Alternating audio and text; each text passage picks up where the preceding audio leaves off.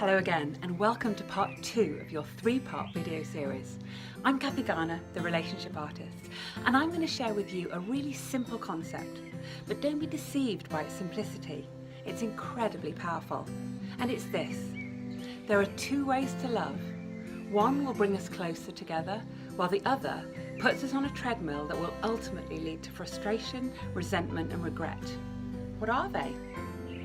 Well, our relationships fulfill deep needs in us. The need for love, for passion, for excitement, for a best friend, a confidant who'll keep our secrets, someone who'll protect us, nurture us, support us, a soulmate, a co-parent, a co-provider, a harbour from the storms of life.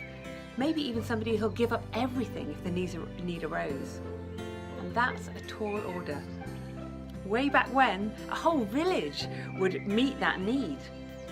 But we seem to kind of want one person to do that for us, to meet our deepest needs and only our deepest needs. But the paradox is this: who wants to be loved because of the needs they fulfill in another person? So let's step back for a minute and think of our basic needs, our needs for food, shelter, clothes, and the transactions that we perform to get those basic needs met. Say we go to a shop. We talk to the cashier, we pay for whatever it is we need. Maybe we smile, we have a chat. Hopefully we treat them with a lot of respect, but rarely with the kind of connection we expect from a lover. That's a transaction. We pay for goods, they get paid for serving us. So what's this got to do with love, you ask? Well, perhaps you've noticed that sometimes when we actually think about the way we treat our partner, does it ever feel uncomfortably like a transaction?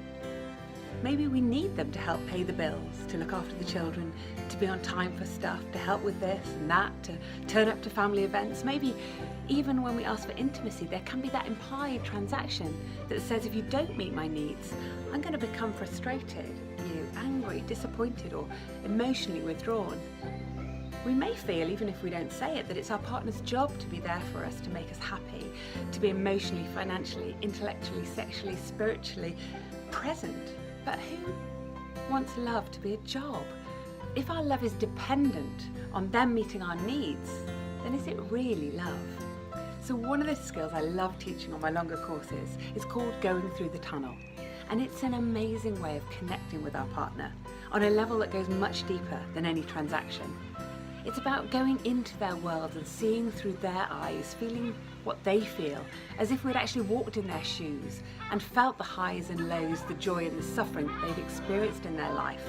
And then we can really understand what it is that they think and why they think those things. So how do you do it?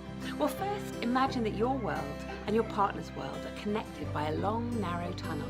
And the only way to visit your partner's world is by bending down and crawling through that tunnel. It's very narrow. You can't bring any luggage with you, no value judgments, none of your own principles or ideas, just an open mind and an open heart.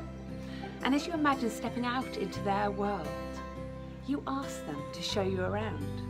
You ask them what's important to them. If you're having an issue with something, you ask them what's important about that, and you listen without judgment. Reflect back to them in their own words if you can, and ask, have I understood you? Am I getting you? Listen fully, and try and understand without any kind of judgment, accepting them fully, loving them without any expectation. So there are 2 kinds of love: transactional and connected. I'm looking forward to seeing you tomorrow to share with you my 3rd and final tip for creating a wonderful relationship. The 3 foundations for your happily ever after. See you tomorrow.